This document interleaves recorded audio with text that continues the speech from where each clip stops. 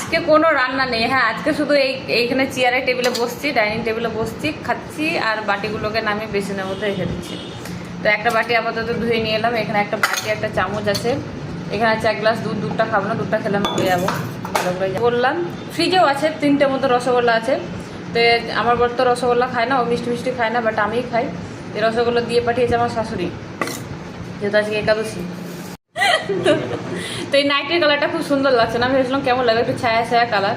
যেটা হচ্ছে আমার শাশুড়ির পছন্দ। মনে করে যে আমি পরিষ্কার টকটকে, আমাকে যদি এরকম কালার পরি তাহলে দেখতে হবে। এখানে আছে ছানা। ছানাটা বানিয়েছিলাম, চিনি দিয়ে ঢেকে রেখেছি। তো আমি এখানে ছানার মিষ্টি খাবো। তো আজকে সবই হেলদি খাবার। আমরা একাদশী দিন হেলদি খাবার খাই, অন্তত মাসে 2 দিন তো হেলদি খাবার খাওয়া হয়। তো এখানে আছে ছানা আর এখানে আছে মিষ্টি। আগে কোনটা খাবো ভাবছি, আগে ছানাটা খাই। ও মাগো, এ এ কষ্ট করে বানালাম, চিনি দিয়ে ঢেকে রাখলাম, জল দিয়ে, যেটা ঠান্ডা হয়, ফ্রিজে রাখবো না বলে। আর যেই খেতে গেলাম, ফ্যাটের ওপর ফ্যাট সব আমার গায়ে এসে লাগবে।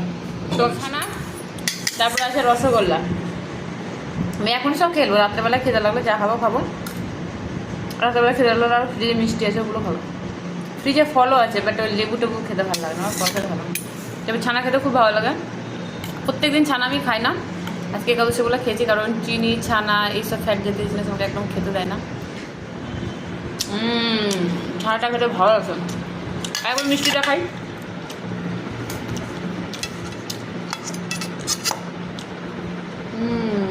কালকে অনেকগুলো মিষ্টি খাই। কালকে আমি 2টো বড় মিষ্টি খেয়েছি। আগের দিন খেয়েছিলাম শুধু রসগোল্লা। পাতলা হয়ে গেছি তো, 2 কেজি ওজন কমেছে, খেয়ে 2 কেজি বাড়াবো, আবার কমবো। কিন্তু আমি খাবো। সবাই ভাববে যে কত কিছু খাচ্ছে, কিন্তু কিছু সত্যি বলতে গেলে কিছু খাইনি। দেখো, অন্যদিন তো আমরা অনেক কিছু খাই, শুধু দই খেয়েছে সকালে 1 বাটি।